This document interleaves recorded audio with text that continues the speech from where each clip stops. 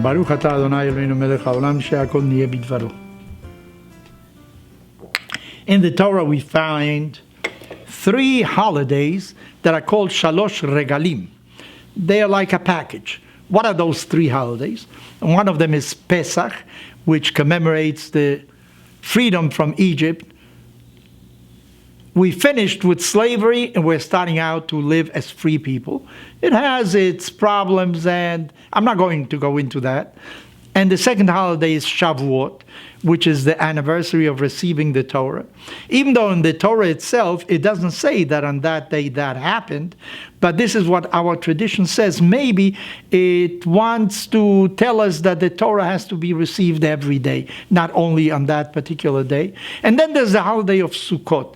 Sukkot commemorates the fact that for 40 years we were in the desert, and God, or we did, built Sukkot. Sukkot are huts in which we lived and protected ourselves in the desert.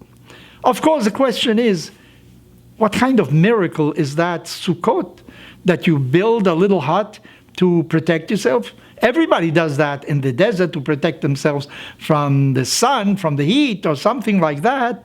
What kind of miracle is that? So our rabbis felt a little problem and they said, you know what?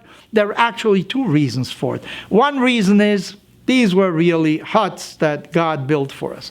The second reason is those were the clouds that protected us. As we traveled through the desert, there were clouds that accompanied our ancestors, showed them the way to go.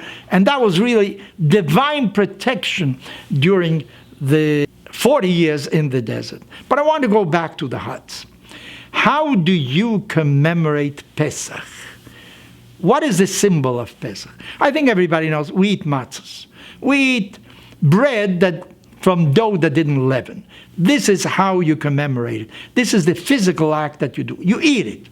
What do you do on Shavuot? On Shavuot, I don't know, you study the Torah. Actually, there's no particular issue on Shavuot how to remember that day.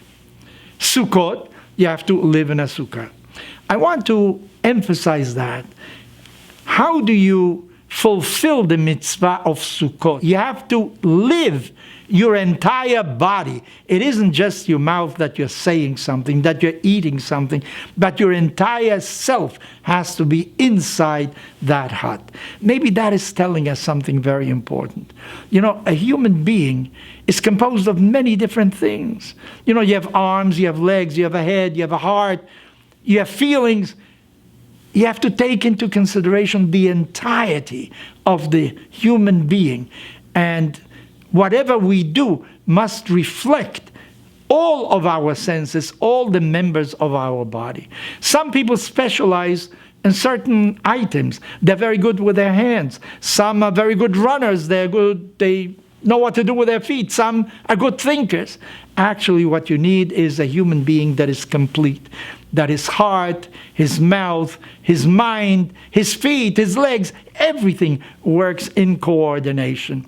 And I think those are the happiest people in this world. Those that know how to utilize every member of their body. And maybe this is one of the basic messages of the holiday of Sukkot. If you want to be a people, a complete people, you have to make sure that every part of society is integrated. Not only those that are very rich. Don't have programs only for the poor. You have to have programs that encompass everybody in society, and then society can progress toward a better future.